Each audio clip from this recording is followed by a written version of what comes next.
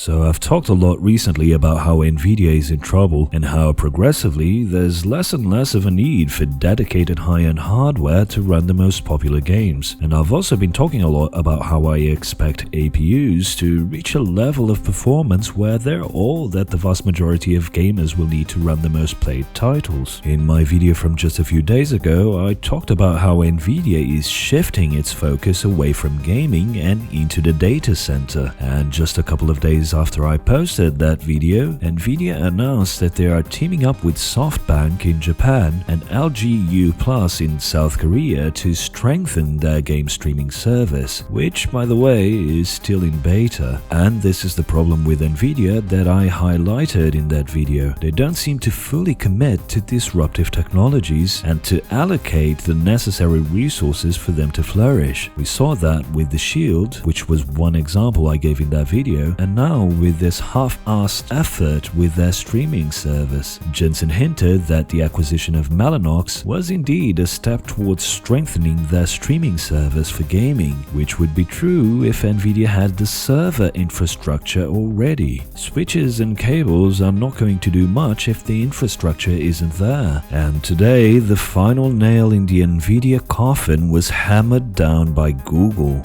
Their new Stadia streaming service promises to end the need for expensive local hardware, just as I've been saying for the last few months. But will it deliver?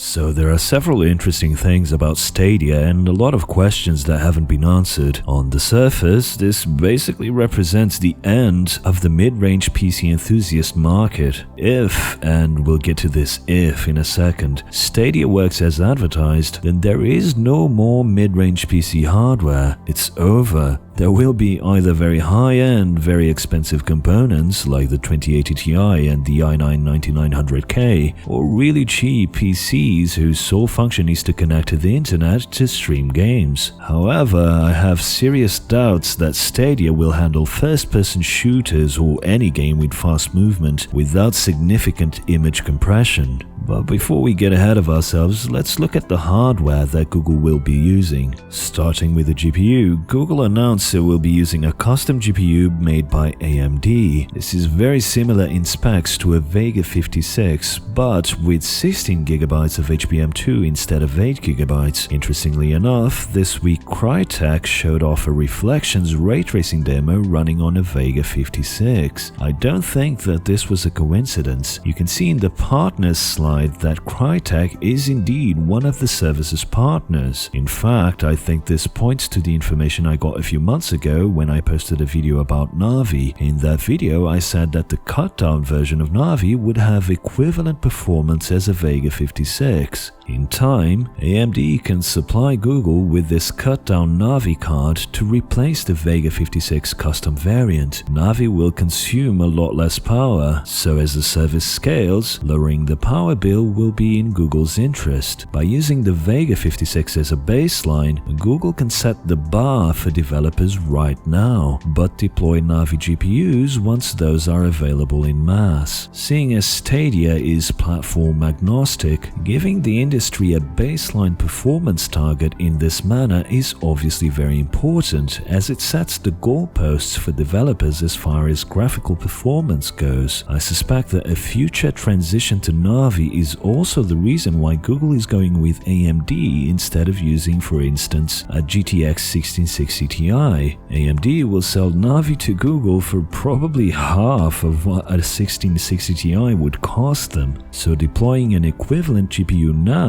in the form of the custom Vega 56, even though it's not exactly the most power efficient of GPUs for this sort of task, makes perfect sense as a long-term cost strategy for Google. From what Google has shared, it's unclear whether the 16 gigs of HBM2 will be shared by the system or if they'll be used by the GPU only. It could be the case that this is a baseline target also. 16 gigs of VRAM might seem a lot today, but for games released in the next next couple of years it might not be. So this again gives developers a VRAM target to aim for today that will be relevant in years to come. The good news is that this will make the price of HBM2 come down significantly. Memory is a commodity. The more it's used, the cheaper it gets. So this might mean a price drop for the Radeon 7 in the coming months. Now regarding the CPU, Google curiously didn't specify who is providing it, stating only that it's an x86 part. If we go through a process of elimination, we know this is not an APU because Google has indicated that the GPUs will be targeting single users. In other words, each node will have one or two CPUs with a bunch of virtual machines, with the GPUs then being allocated individually to each instance. So we can infer that this is not an APU. So is it a 7nm Zen 2 CPU? I don't think so. Google claims the service is launching this year, and I honestly don't think that there will be enough production scale for 7nm this year to supply enough CPUs for a service of this magnitude. The way this streaming service will work is with edge nodes to reduce latency, which in simple terms means it will use smaller scale local data centers that exist near where you live. So if you live in Paris, France, the service will connect to an edge node in that region, not to a large data center in the United States, for instance. And Google is not going to launch Stadia without guaranteed capacity for millions of concurrent users. For this reason, I don't think that at launch, Stadia will use Zen 2 parts. I could be wrong, but that's what logic suggests. So if it's not an APU and it's not a 7nm Zen 2 CPU, then that leaves two options, either the current EPYC CPUs or Xeons. Now, why would Google explicitly say that they are using an AMD GPU, but not disclaim the CPU partner? AMD's GDC presentation is happening tomorrow, or today depending on where you are watching this, so maybe Google left that announcement as something to be revealed by AMD, as sort of a big win for the company. I don't think that this will be the case, because looking at AMD's presentation page, it only mentions GPUs. There's not a single reference to CPUs.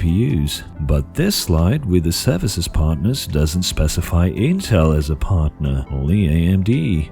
But then the spec slide clearly states that it will be an x86 CPU, so that rules out ARM. So what could this CPU be? I honestly don't know, but I suspect that it's an Intel part. I would speculate that there are negotiations underway with Intel, who typically charge an arm and a leg for their server parts. Google showed hyper-threading as a feature for the CPUs. Why would Google explicitly mention technical specs like HBM2 but then refer to AMD's SMT as hyper-threading? If I were to speculate, which is what I am doing I guess, I would say that Google is muscling Intel into lowering prices of their Xeon parts, leaving the option open to use AMD parts if Intel doesn't budge, hoping for a good reception on the part of gamers and the press, which so far seems to be the case. Google can then show Intel that they will be missing out on entering a new market, just like they missed out on mobile phones, if they don't join Stadia with more affordable prices for Xeons, and Google uses AMD parts instead.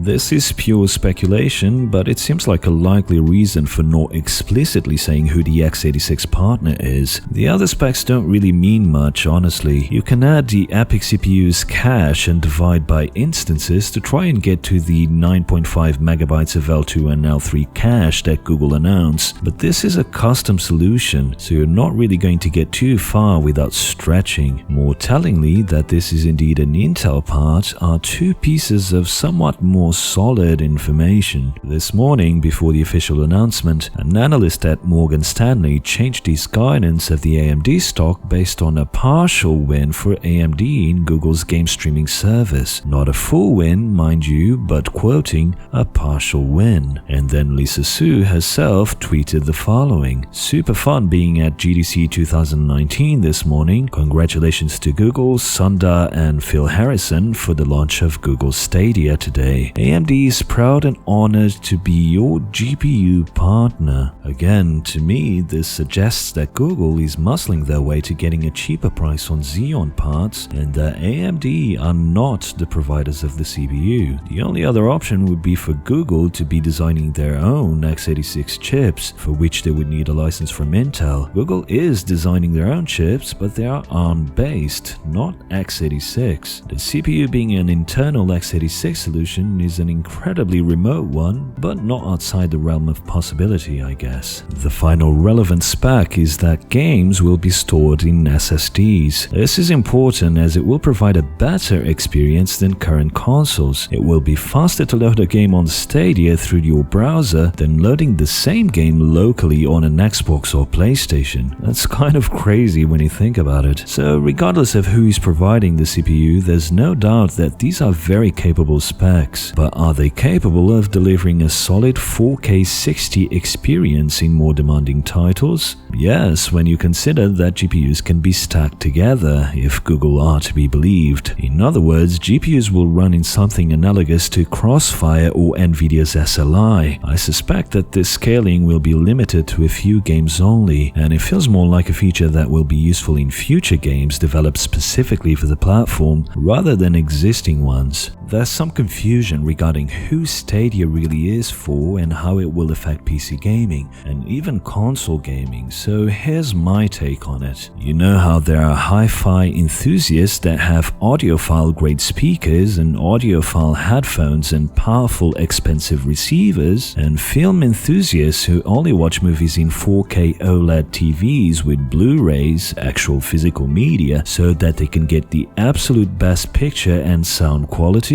We PC enthusiasts are now that type of enthusiast. We will continue to buy PC hardware because we don't want our games to have visual artifacts on them. If you play Apex, PUBG, CSGO or Battlefield competitively or even semi-competitively, you will continue to buy high-end PC hardware because low latency is important to you. But the vast majority of gamers, they will use Stadia just like the vast majority of people will watch Netflix rather than having a high-end OLED TV and buy Blu-rays. For the vast majority of people, Netflix is perfectly fine in terms of image and audio quality. In gaming, latency will be an issue, but only for the most competitive players. Most gamers already play with a ton of latency and probably don't even know it. For the average person, all that Stadia needs to answer is this: can you play the most popular games with easy matchmaking with your friends? Is it easy to set up a squad with your friends in the most popular games? Can you play local co-op? And of course, is this cheaper than buying a console or gaming PC?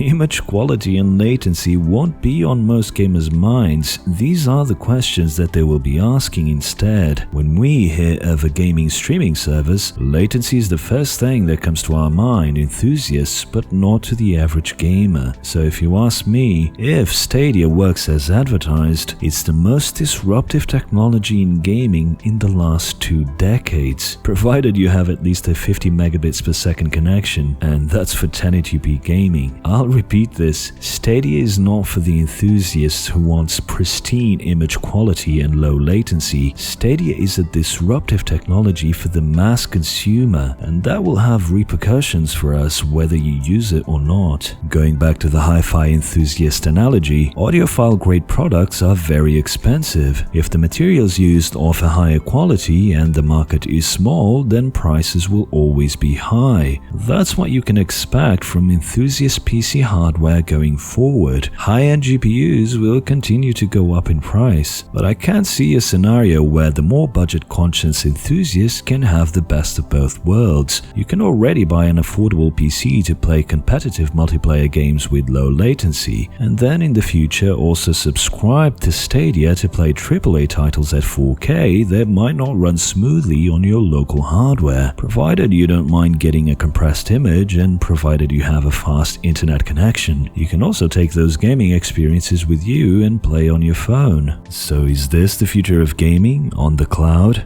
Yes, it most definitely is, assuming the service is affordable. The real reason why I believe this service will take off is this absolutely genius option that Stadia has, this ability to play a game that you are watching on YouTube. This is how the technology will reach the non-enthusiast gamer as well as a whole new generation of gamers. There are millions of people, mostly kids and teens, watching their favorite YouTubers playing the most popular games who will now be presented with a one-click option to play those very games in the same platform. Consoles have been very popular with the masses precisely because of how easy they are to use and how accessible they are to someone who doesn't know much about computers. Stadia creates the perfect bridge between the console ease of use and the higher visual fidelity that we're used to seeing on the PC, and with a direct connection to the most popular gaming YouTubers. This is a new generation of gamers who maybe didn't even know how to set up a PC to play Fortnite. All they have to do now is click a button and play the game right there in the browser or on their phones or cheap student laptops. It's nothing short of a revolution. Unfortunately, it's not really a revolution for us enthusiasts, but it is nonetheless a revolution.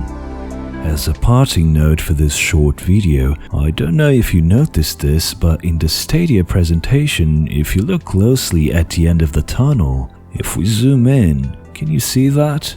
Let me zoom in closer. Can you see it now?